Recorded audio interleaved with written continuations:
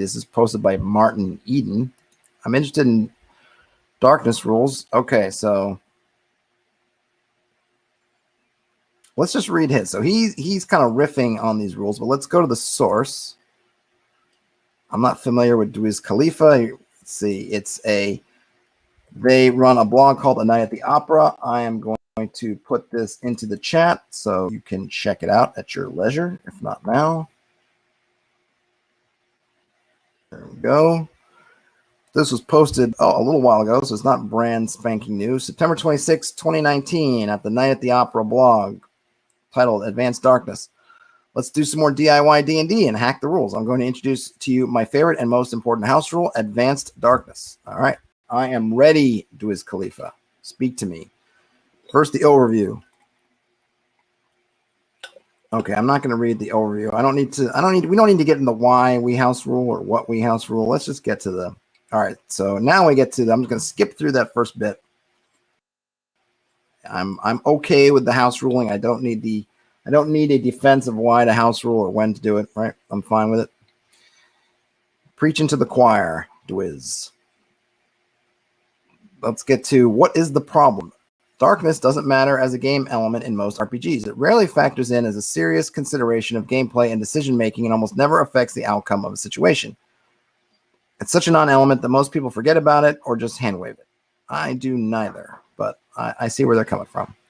Either attaining a light source is so trivial that it's basically a non-choice, or managing light and darkness is logistically boring and or shitty and frustrating, so the DM just dismisses it outright.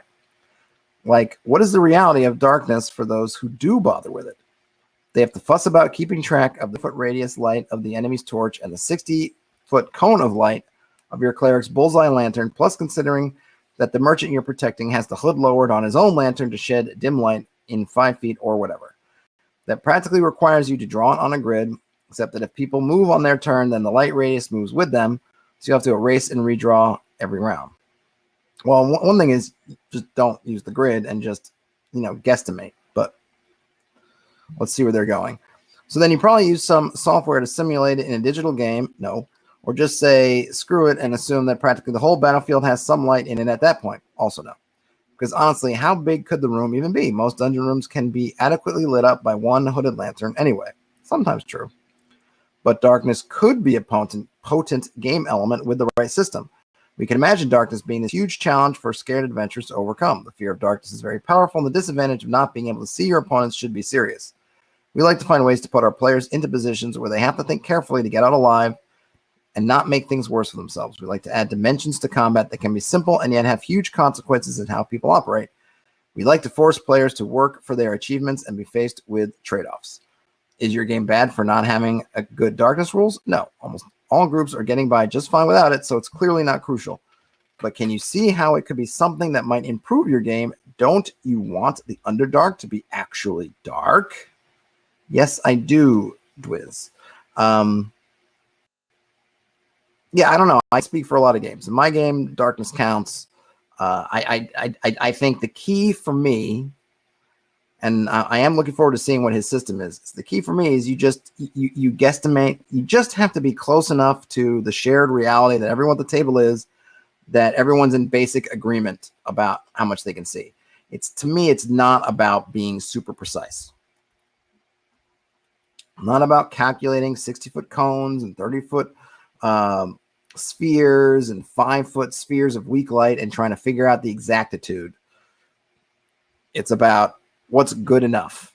Are we all on the same page? We all have basically that shared idea of what's dimly illuminated, what's very well illuminated, and when what's dark. That's all you need to maintain. And even that, I think, sounds more complicated than it often is in practice. Not that it can't get complicated, but once you get to that point, then you just have to deal with the moving parts. But generally in combat, you have a chance to deal with each thing as it's happening. Usually the party's moving together if they're just traveling, so the light sources probably aren't going to go all akimbo when there's no conflict happening. And then once you get into combat, then you have a moment to take your brain as the fighter with the lantern moves up. You have your brain to be able to say, okay, you move up, you're holding the light. Okay, the light moves with you. Okay, guys, you guys are in sort of darkness, except for, the merchant behind you has 5 feet of light, which probably not going to help you very much if you've got any spread at all. So yeah, you can sort of dimly see the merchant behind you. Then it's darkness in front until you get to the fighter, and then of course you can see the marauders with their torches or whatnot, right?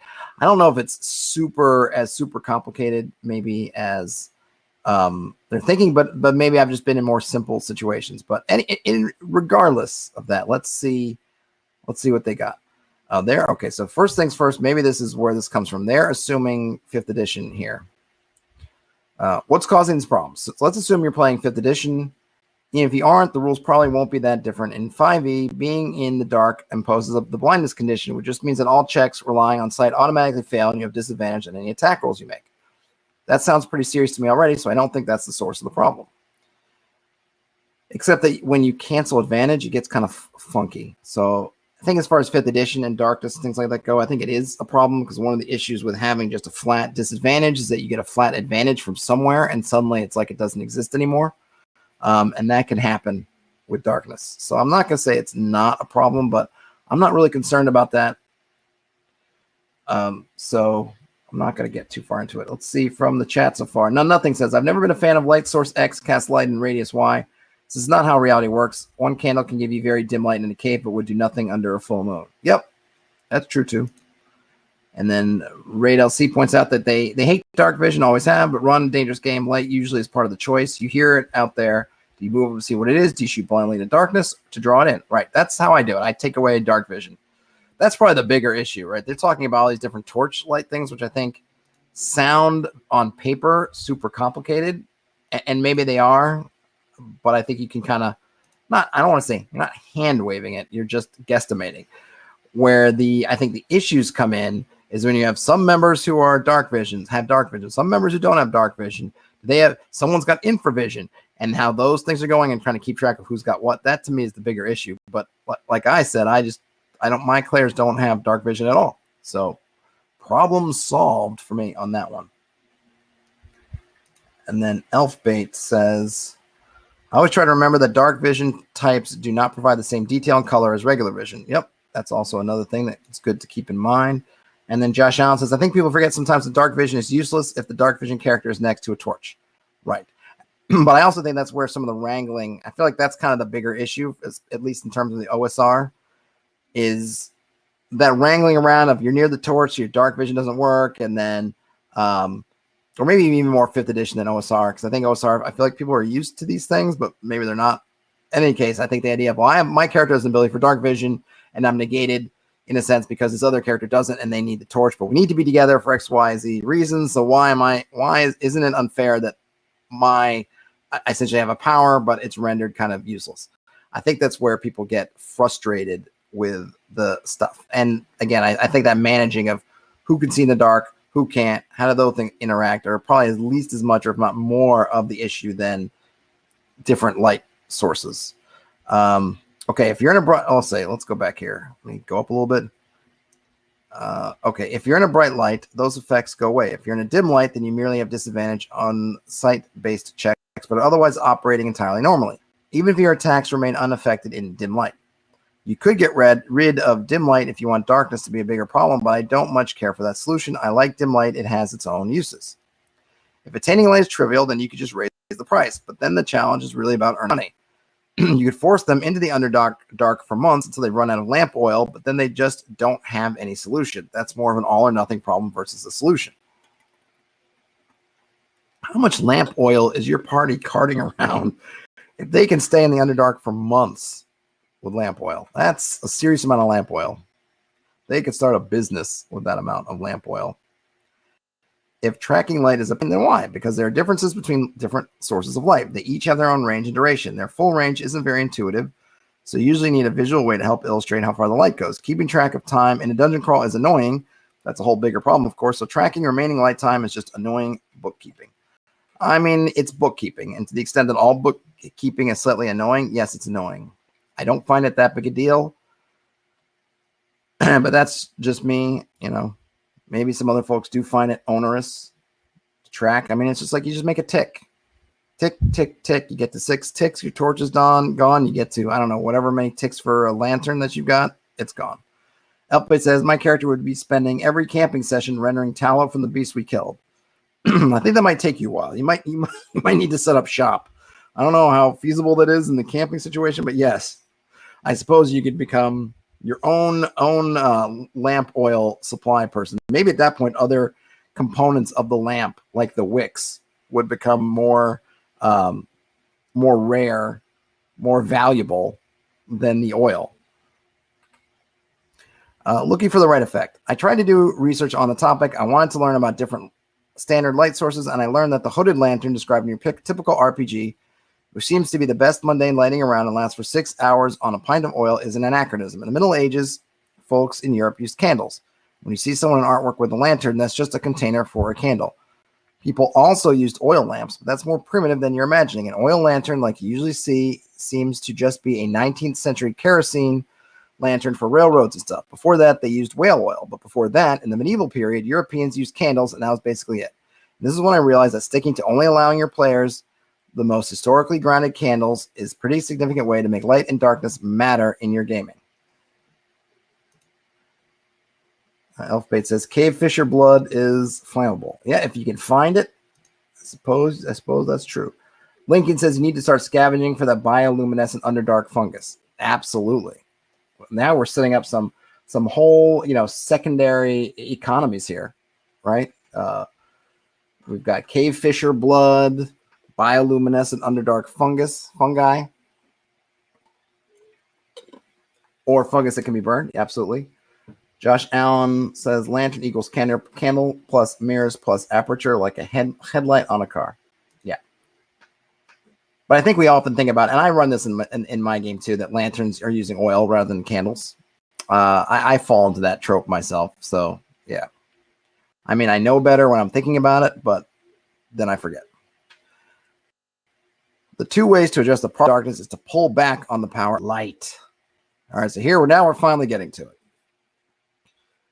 Advanced darkness. Okay, candles. They're 5-foot bright light all around, plus 5 feet dim light past that, each candle lasting for 1 hour. So essentially, this is your torch. Assume everyone with a light source is using a candle lantern, and now you're working with very small, consistent, manageable islands of light that force players to start making tough choices. If they have a torch, it works like a candle. An Arabian oil lantern, it works like a candle. An advanced gnomish kerosene lantern, make it work like a candle. The light cantrip or some other spell, indistinguishable from a candle. Okay, so that's not bad, right? 5 feet bright light, 5 feet dim light, in essentially a circular radius. Now, the one thing that you will say, like Josh Allen just mentioned, your average, is it the hooded, your other lanterns that work on focusing the light, you don't get that, but they just don't exist. I mean, the only thing there is then you have to work with, if your players decide to invent such a thing, because it's not something that's like, oh, I'm inventing electricity for an electric flashlight, because the idea of putting some mirrors around the light and having it more focused beam coming out from one end, I don't think for your average fantasy adventure is so far-fetched, but this is certainly a good spot to start. Logistical concerns. Conveniently, an expedition turned into a dungeon lasts 10 minutes. The DM is already rolling for random encounters every 10 minutes anyway. I hope not. That's a lot of random encounters. So somewhere on your character sheet, maybe near equipment, have 6 boxes you can check off to determine how much light is left in that candle. Let's see. Elf Bait says, real world archaic light sources actually suck. Yes, they do. Their lantern example is really flawed. Oil plus wick, raise and lower for a bigger, smaller flame. What they just said about torch is dumb too. I can't tell you how many times I pull a limb out of a bonfire, and 20 to 30 foot torchlight makes complete sense. Yeah. In this case, you're only getting 10 feet of light, which seems a bit small. I think I would keep torches in. I would go with torches. And this might be an anachronistic, but I always think of torches and smoke. Maybe if you want to use the candle, it's essentially smokeless. So it's a lot less detectable than your torch, which if you're looking at torches now, instead of being kind of things, there are just some kind of random wood, or maybe they burn faster. Your torch that's just a few bundles of stick kind of wrapped together, burns faster, doesn't burn evenly, and is liable to make out smoke. So you could definitely set up a relationship of candles, very little light, but very quiet, more stealthy because the light's not going that far, and stealthy in terms of it doesn't make a lot of, there's not a lot of, it doesn't really have a scent unless you're using a scented candle, of course. And that doesn't leave much traces versus torches, maybe some bigger light, burns brightly, burns faster, and is messy in terms of smoke and other things. So you could probably find a middle ground, right, between kind of what they're saying, but maybe not ditching torches exactly. And it's such a Hollywood trope, kind of torches. I've seen other posts that talk about, hey, nobody really used torches. It was all candles, and I get it, but torches are such a common feature of fantasy films and things that I might find a way to keep torches in. But yeah, if you're tracking exploration turns as a GM like you should, then it's fairly easy to track torches. I usually track the torches for the players, and when it's about halfway, hey, you're halfway down, you're kind of it's starting to sputter, sort of thing. I mean, I would love if the players track it themselves, but I usually track that because I definitely want to know for sure when their light source is going out, whereas they may not want to track it for sure. I can see as a player, oops, I forgot to track this torch, so we get a few more turns of light. Ease of use of the table. This removes all the normal inconsistencies in a combat scenario, especially with a grid. It's easy to visualize light if you can always remember within 2 squares of that guy. Maybe putting a little token underneath the miniature of anyone carrying a light source. It sounds harsh, but it's actually more realistic too. In reality, torches and oil lamps don't offer that much light, and they're mostly the same as a candle or candle lantern. Maybe give torches a smelling property. That's pretty much what I said. Or allow oil lamps to last longer or something if you really want to distinguish between light sources. But otherwise, we have all PCs are holding a light source. Just place a small token underneath their miniature so every PC knows got to stay within 2 squares of the mini with the token. I mean, I like using tokens. When I was playing in 3rd edition, in that 3rd edition game where I was a player, and also we played 4th edition that had lots of different status effects and things, using poker chips or other tokens of different colors to signify whatever environmental or personal effect. Were we marked? Were we on fire? Were we poisoned? Were we under some sort of blessing? Was helpful. So if you are playing in a grid with minis, I don't know, online, I imagine you would just use whatever. You could use light sources in Roll20 or something. I think Fantasy Grounds is similar, so it's probably not as big a deal. You can definitely do that. I mean, I play in Theater of the Mind, so no one's using minis. And it's really more about calling out. And I'm not going to pretend that we sometimes don't get it wrong with where the light is and where people are. But the point is that however wrong or right we end up getting it, it's all shared together. And it's not that big a deal. It's the mistakes we probably make are not even visible to us. We don't even recognize we're making mistakes. So who cares? It's not changing. It's not changing the whole character of the situation. Such goofs happen. And then he's got some other changes that might accompany this. So I'm kind of mixed. I'm mixed on this. I appreciate the idea. I appreciate what they're trying to say in terms of it. I'm almost at the hour, and this time I can't stay too much past the hour because I've got to share the bandwidth with my wife who needs to get on and have full internets at all speeds. So I guess this will be my last one just to wrap this up. But now that we've read through the hack, this person, Martin Eden, says they already use some rules. They use light. First, they set their light source durations. They're all an hour. Light spells are limited. Dark vision can't be used in well-lit areas, and it takes a few seconds to switch. I don't know about it takes a few seconds to switch, but I'm not a cat or somebody else that has some kind of low light vision or something even approaching what dark vision is to know if my cat in the dark needs a few seconds to click over or if it just happens. I don't know if it's like my eyes when you have to adjust them to the dark or something. So, but a few seconds, I would say maybe one combat turn, to do that. Maybe I probably wouldn't go more than that. So they like some key idea that Wiz Khalifa had, which is making all light sources the same radius and getting rid of the cones. I actually don't like this because I think that when we're talking about making advanced darkness, I think to me, there is something to having these different light types. When you're in a long corridor or a large chamber, there are advantages to having a small circular radius of light. There's also advantages to having more of a cone of light, both positive and negative.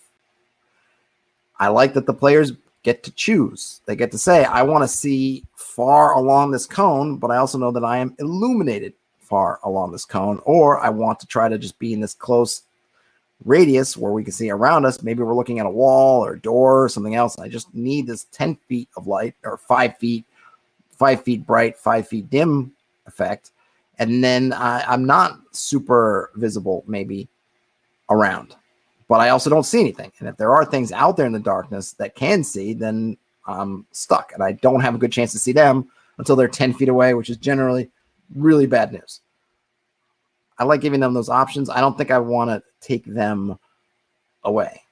Darkness should be potent. It should be threatening. I really don't disagree with anything that these folks are saying.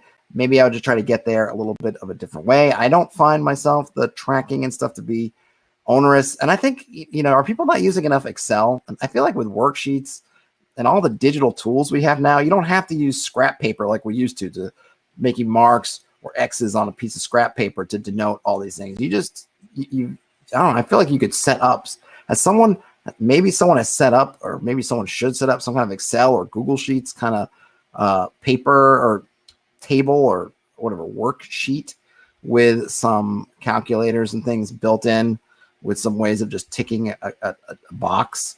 Doesn't Roll20 or Fantasy Grounds or one of those places have something where you can kind of automate turns and light sources? I just kind of feel like with all the tools, it should be really easy to track this stuff now.